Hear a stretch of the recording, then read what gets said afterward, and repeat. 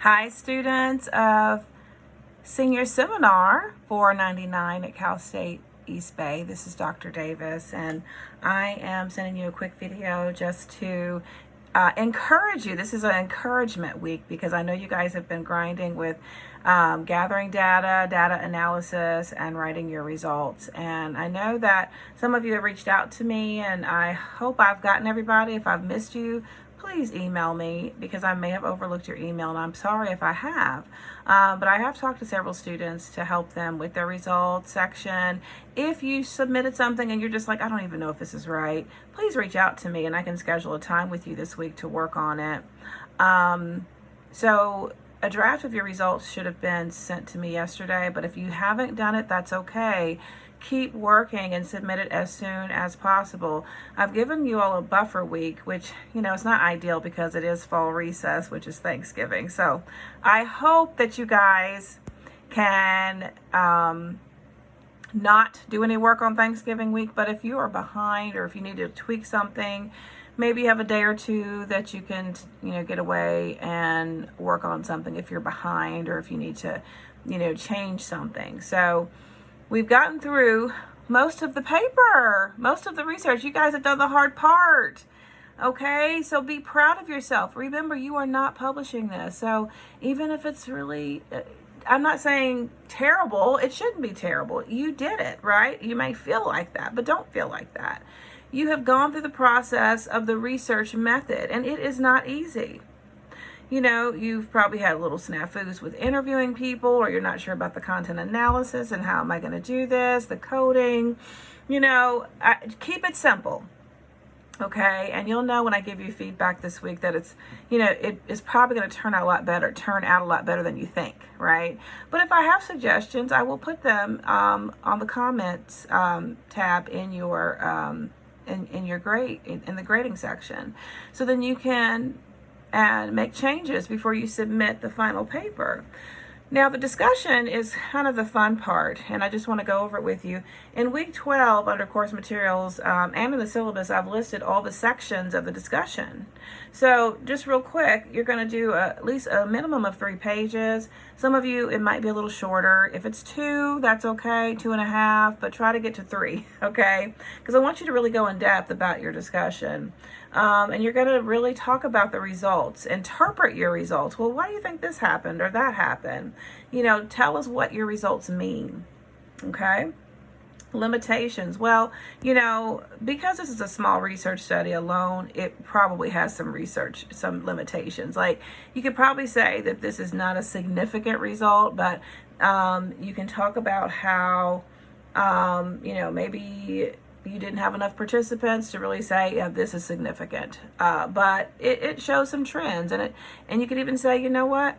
Even though I didn't have a lot of participants, I got the same results as some of my other studies, the studies that I've studied, or the studies that I have researched for my lit review section. You can even say that, I was only able to get 2 interviews out of the 4 or 5 that I really wanted, but these are the results for those 2 that I interviewed. So, just talk about your limitations. Don't be ashamed of them, because every research paper, even the ones that are published, have limitations. Maybe you didn't finish your interviews or your surveys. Maybe you didn't get enough surveys back if you use SurveyMonkey and sent them out to other students. Maybe you wanted 20 surveys and you only got 15. That's okay. You work with what you have. Maybe you were supposed to meet 5 people in the same setting and you didn't get to do that. You had to do some on the phone because of COVID. I mean, so many limitations, but that's okay. I want you to list those.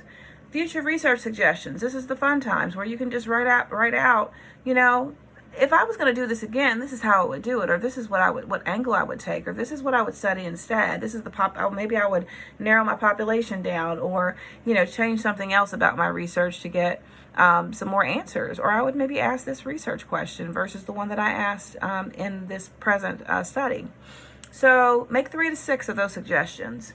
The next section is public policy, and people ask about that. Just a quick paragraph or 2 about how the discussion this is how I wrote it.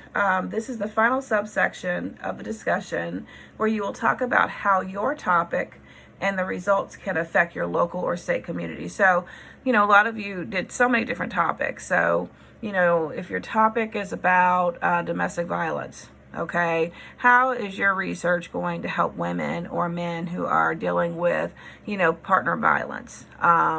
In your community. You could say, well, my research could really be introduced to, the local sheriff to help them understand domestic violence better because these are the results that I got. I mean, you can just dream a little bit about how your research could actually affect public policy and maybe even change policies. It's a little reach, but it's just something to show how you can apply research to real life. That's what the public policy section is about. And then finally, you do a conclusion, a very thorough 1 to 2 page conclusion about what you did. Just kind of restate some things that you did, maybe pull in some things from the lit review, restate your research question, and then how it was answered and results and, any surprising things. This is where you just summarize everything, okay? And everybody's done a summary or a conclusion before in many papers that you've done in your career, your learning career, your educational career. Now, then you need to go back. Okay, so once you do this, okay, you're done with your discussion section and you submit that, okay? Submit that before you go on fall break, which is November 21st, all right? Then you either take your break, and if you don't take your break and you have to go back and fix some things, or if you haven't finished it, finish it during fall break, which is the week 14, which is Monday the 22nd, and then you come back on the 28th, all right? If you can get it in, the discussion in before the break, great, okay? Because we're kind of really pushing it now because we only have a few more weeks left, guys. So really try to get that discussion done. I will get the results. I always try to get my results back. I know I'm usually a little late because I have so many students, but I'm going to get you your results back before the end of the week. If you need to go back and change some things, or if your results just don't work and you're not sure how to start your discussion, reach out to me this week, okay? And we can maybe reconcile this and fix this up. But if you're able to, if you've done your results, you feel pretty good about them, I'll send you the feedback. You just change it and tweak it before you submit the final paper. Okay, so looking ahead, after you've done your discussion, which is due on the 21st, take your break if you can, please. Then when you come back in week 15, that is when you're going to put everything together.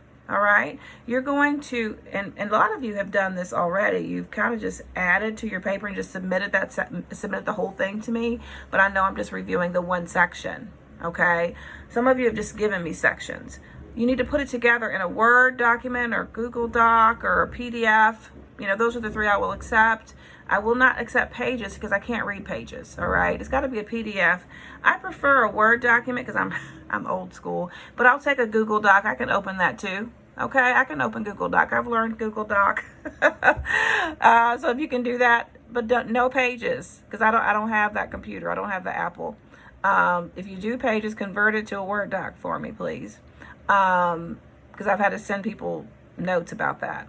There's a few of you. So, week 15, when you come back from fall break, you're going to just finish the paper, put it all together. Go back to chapter 3, which is your method. Make sure it's all past tense. Make sure you have updated things. You have really put in what you did. Not what you were going to do, but what you did. So everything should be past tense in the method section and accurate. So you may have said when you were doing the method before you actually conducted the study, you may have said, oh, I plan to interview 5 people. Well, guess what? You may have only interviewed 4. I want to know that. All right, so go back and fix chapter 3. Make sure you have your appendices, okay? Appendices, most people will have 2 appendix for this particular, class. You will have a copy of your consent form, either the full consent form for people who got interviewed or the implied consent form. If you did a content analysis, you won't have a consent form because you didn't do anything, unless you have a mixed study where you did some content analysis and some qualitative or quantitative. But if you just did straight content analysis, then you won't have that. Appendix B is typically your interview questions, your survey questions, or your questions or coding that you use for your content analysis? What did you decide to measure? So those are the things that you would have in the appendices. All right. You might even have, let's say you had a flyer that you put up, which most of you didn't, or something that you used to advertise for your participants. That should be appendices. Anything related to your research materials that you used, please put in the appendices. You can have as many appendices as you need. Most people, though, will only have 1 or 2, but you might have 3 or 4 or 5, depending on the type of research you did. If you don't know, check in with me. Please, after you finish your discussion, the reference list comes after that, and then the appendices is last. Okay? Then you have to go back to page 2, which is right after your title page, and write your abstract. All right? Your abstract is basically giving an overview. It's kind of like the conclusion, but not. It's an overview of what your paper is, of what your project was about. Go back and read some abstracts. You've read abstracts. You know what they are. It's a quick little summary about, 200 words. All right? That's page 2. All right? Once you're done with that, you're done. You've got your title page, your abstract, your lit review, which includes your introduction and your research questions and operational definitions. Then you have your method, your discussion, which includes your conclusion. And then you have your references, and definitely make sure you're citing in text. So in your discussion, you're probably going to pull some of those literature reviews, those studies that you researched in your literature review, and you're going to pull them into the discussion to really explain what happened, okay? Because you're going to be comparing and contrasting your research to the existing research. So go back, and I have a few samples in the class. Go back and read some of those. And then, you're done. Do a proofreading thing, send it through our plagiarism system, and, see what score you get to make sure that, you have really done a good job at not plagiarizing. Okay? And I'll look at that score. It really needs to be, I'd say 30% or less. Like if you're sitting there at 50%, you've done some copying and pasting, and we're not doing that. Okay? So make sure it's pretty low, the percentage of, like things. Typically, your references are going to be similar. Your title page might look the same as somebody else's. You might have some of the same language, but it really shouldn't even be 30. It should be pretty low, okay, because it's original research. So just saying, so run it through the system. I have that set up for your final draft to submit it to our plagiarism system first. You'll get the report back, and then you'll submit the final once you make any corrections you need to. Please participate in the discussion. When you come back, well, hopefully you've posted your results for your classmates to look at, and I'll be looking at them this week. When you come back in week 13, you'll be posting your discussion, and you put that in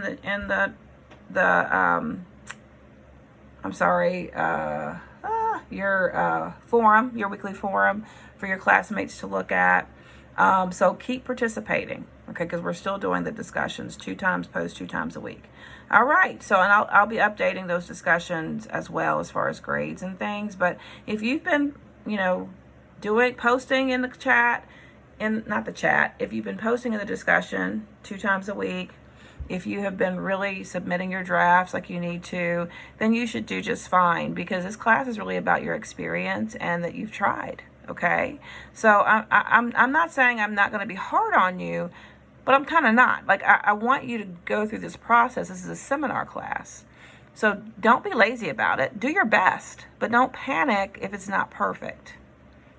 Okay, because we would probably need more time to make this even better than for publication. And we're not doing that. I want to know if you understand the process. At least, let's say, 80%. Okay? I know a lot of you are graduating, so I want to wish you guys a happy graduation. Okay? You're going to make it. And I'm here to encourage you all with that. Okay? So, I know this is a long video. It's supposed to be short. I was supposed to just talk for 2 minutes. I talked for 14. I wish I could be in person with you guys and just talk and talk and talk.